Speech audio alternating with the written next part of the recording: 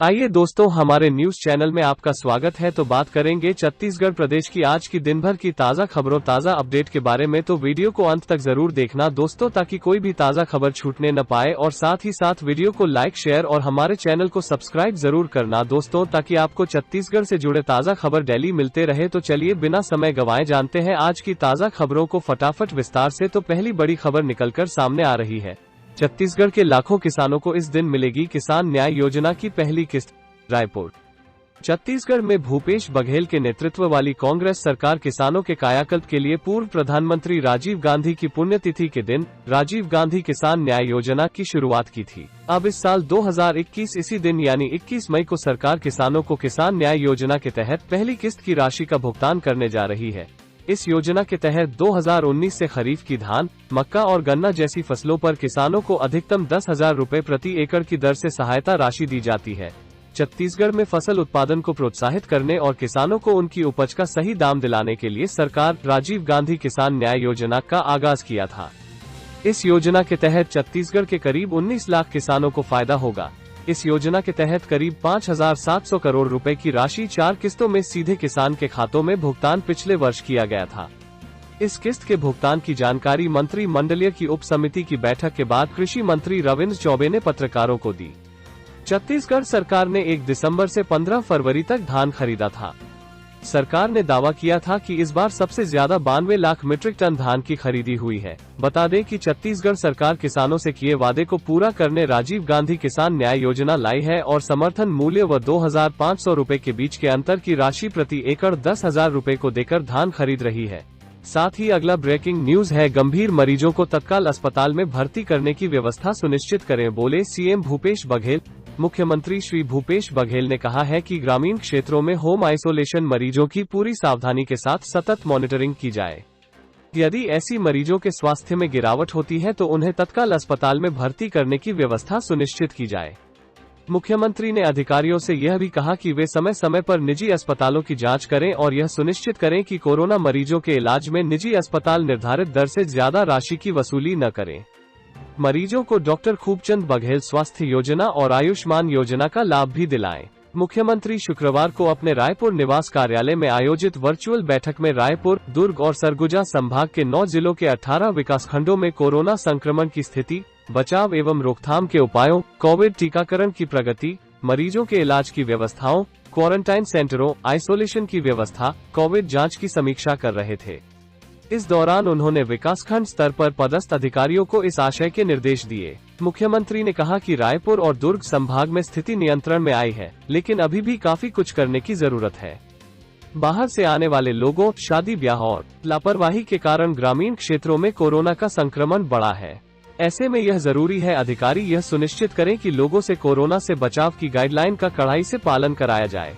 साथ ही अगली बड़ी खबर है, वैक्सीनेशन पर रोक नहीं लगा सकती सरकार। छत्तीसगढ़ हाईकोर्ट ने कहा 33% के हिसाब से सभी वर्ग को लगाया जाए टीका, अब कोई बहानेबाजी नहीं चलेगी। छत्तीसगढ़ में 18+ के वैक्सीनेशन को लेकर राज्य सरकार को फिर हाईकोर्ट से झटका लगा है। कोर्ट ने साफ कर दिया है कि सरकार वैक्सीनेशन पर रोक नहीं लगा सकती है, अब कोई बहानेबाजी नहीं चलेगी। कोर्ट ने आदेश दिया है कि सभी वर्ग को 33% के हिसाब से समान रूप से वैक्सीन लगाई जाए। इससे पहले कोर्ट ने सरकार से 2 दिन में स्पष्ट पॉलिसी बनाने को कहा था। इसी मामले में शुक्रवार को सुनवाई हुई। दरअसल राज्य सरकार ने 18+ के वैक्सीनेशन में अंत्योदय कार्ड धारकों को प्राथमिकता दी थी। इसके खिलाफ जोगी कांग्रेस अध्यक्ष अमित जोगी सहित अन्य ने जनहित याचिका दायर की है। इस पर सुनवाई करते हुए कोर्ट ने 4 मई को सरकार पर सख्त टिप्पणी की थी। इसमें कहा था कि बीमारी अमीर गरीब देखकर नहीं आती है, इसलिए वैक्सीन भी इस नजरिए से नहीं लगाई जा सकती। अपर मुख्य सचिव का आदेश गलत है।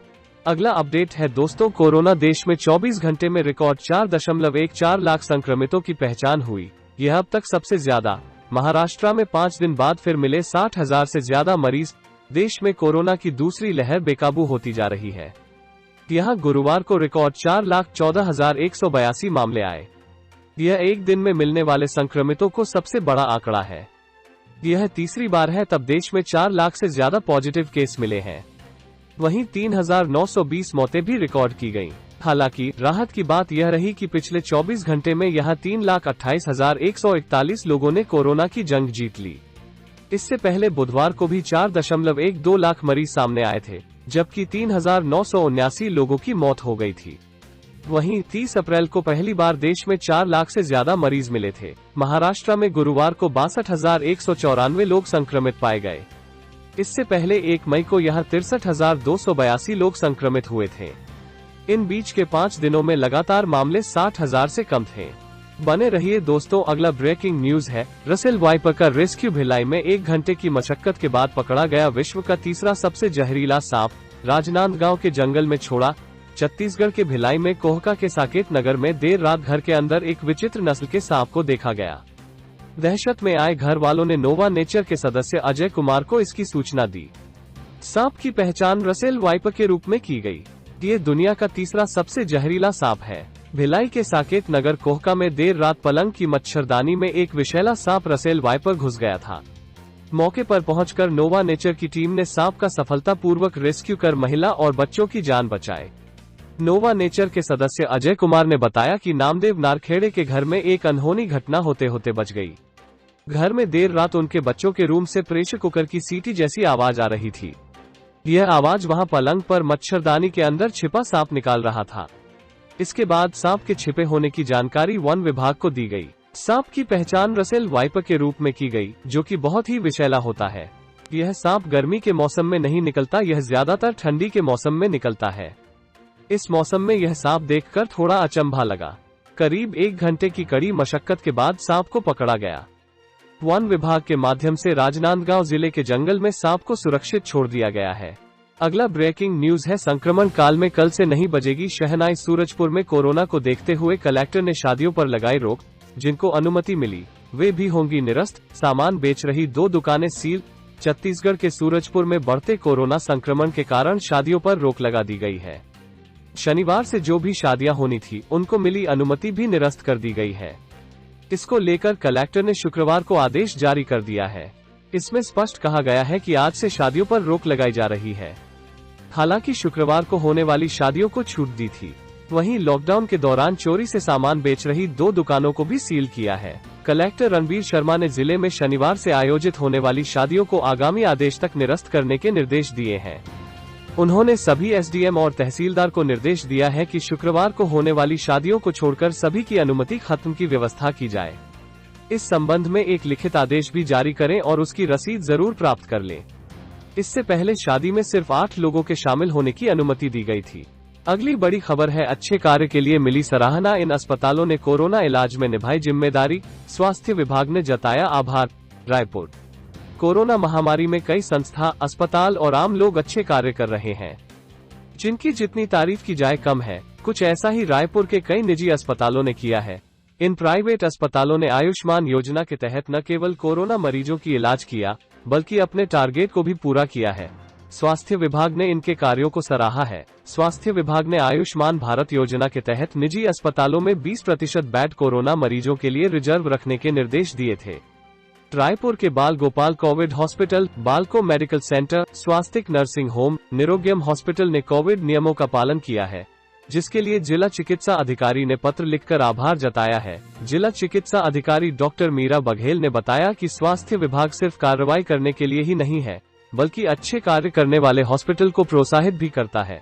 सरकार ने सभी कोविड सेंटर में 20% बेड आरक्षित किया है, जिससे इन बेड में कोविड मरीजों का इलाज आयुष्मान और खूबचंद बघेल योजना के तहत हो सके। चिकित्सा अधिकारी ने बताया कि बाल गोपाल कोविड हॉस्पिटल, बालको मेडिकल सेंटर, स्वास्तिक नर्सिंग होम, निरोग्यम हॉस्पिटल को पत्र जारी कर आभार जताया गया है। ये हॉस्पिटल टारगेट से अधिक इलाज योजना के तहत किया है। आशा है कि आगे भी नियम कानून का पालन करते हुए ऐसे हितग्राहियों को लाभ पहुंचाते रहेंगे। साथ ही अगला अपडेट है अच्छी खबर। इस अस्पताल के वर्चुअल ओपीडी को मिल रहा अच्छा प्रतिसाद। दूर दराज के लोगों ने लिया डॉक्टरों से परामर्श। आप भी जुड़ सकते हैं ऐसे। रायपुर। कोरोना काल में चिकित्सा सुविधा को आसान बनाने के लिए अंबेडकर अस्पताल द्वारा वर्चुअल ओपीडी शुरू की गई है। इसे लोगों का अच्छा प्रतिसाद मिल रहा है। प्रतिदिन सुबह 10:30 से 11:30 तक ओपीडी चलती है। इसमें राजधानी समेत दूर दराज के लोग मेडिसिन, श्वसन रोग, मनोरोग, अस्थि रोग और त्वचा रोग के विशेषज्ञों से स्मार्टफोन एवं टेलीफोन के जरिए सीधे परामर्श प्राप्त कर रहे हैं। शुक्रवार को 22 लोगों ने वर्चुअल ओपीडी से जुड़कर वीडियो कॉल और टेलीफोन के जरिए डॉक्टरों से सलाह प्राप्त की। वर्चुअल ओपीडी में शुक्रवार को कुछ ऐसे लोग भी फॉलोअप के लिए जुड़े जो पहले दिन वीडियो कॉल के माध्यम से परामर्श प्राप्त कर चुके थे। इनमें से एक मरीज पारुल शर्मा ने बताया कि 2 दिन पहले डॉक्टरों द्वारा बताई गई सलाह को मानकर आज वे अच्छा महसूस कर रही हैं और अभी वर्चुअल ओपीडी में फॉलोअप के लिए उपस्थित हुई है। ऑनलाइन जुड़कर वीडियो कॉल के जरिए अंबेडकर अस्पताल के विशेषज्ञ डॉक्टरों से स्वास्थ्य संबंधी परामर्श सेवा का लाभ निःशुल्क उठा सकते हैं। यदि स्मार्टफोन नहीं है तो दूरभाष नंबर 077128900073 पर फोन करके वर्चुअल ओपीडी सेवा का लाभ लिया जा सकता है। इसी बीच अगली बड़ी खबर निकलकर सामने आ रही है। कृषि मंडी के गोदाम में कोविड सेंटर 20 दिनों में बनाया गया 500 बेड का अस्पताल, 120 में ऑक्सीजन की सुविधा। सीएम बघेल ने किया ऑनलाइन शुभारंभ। छत्तीसगढ़ में कोरोना संक्रमण के मामलों को देखते हुए मरीजों के लिए सुविधाएं लगातार बढ़ाई जा रही हैं। ऐसे में राज्य में पहली बार कृषि उपज मंडी के गोदाम में कोविड अस्पताल बनाया गया है। बलौदाबाजार में महज 20 दिनों में तैयार किए गए इस अस्पताल में 500 बेड की सुविधा है। इसमें से 120 बेड ऑक्सीजन की जरूरत वाले मरीजों के लिए है। सीएम भूपेश बघेल शुक्रवार को अस्पताल का वीडियो कॉन्फ्रेंसिंग के माध्यम से ऑनलाइन शुभारंभ किया। जिले में बनाए गए इस 500 बिस्तर वाले अस्पताल में 120 बेड ऑक्सीजन सुविधा युक्त है। इसमें 33 बेड एचडीयू व 36 आईसीयू के और 51 बेड ऑक्सीजन युक्त हैं। यह अस्पताल पूरी तरह एयर कंडीशनड है। यहाँ 380 जनरल बेड भी मरीजों के लिए उपलब्ध कराए गए हैं। खास बात यह है कि इस कोविड केयर अस्पताल को जरूरत के अनुसार विस्तारित भी किए जाने की सुविधा है।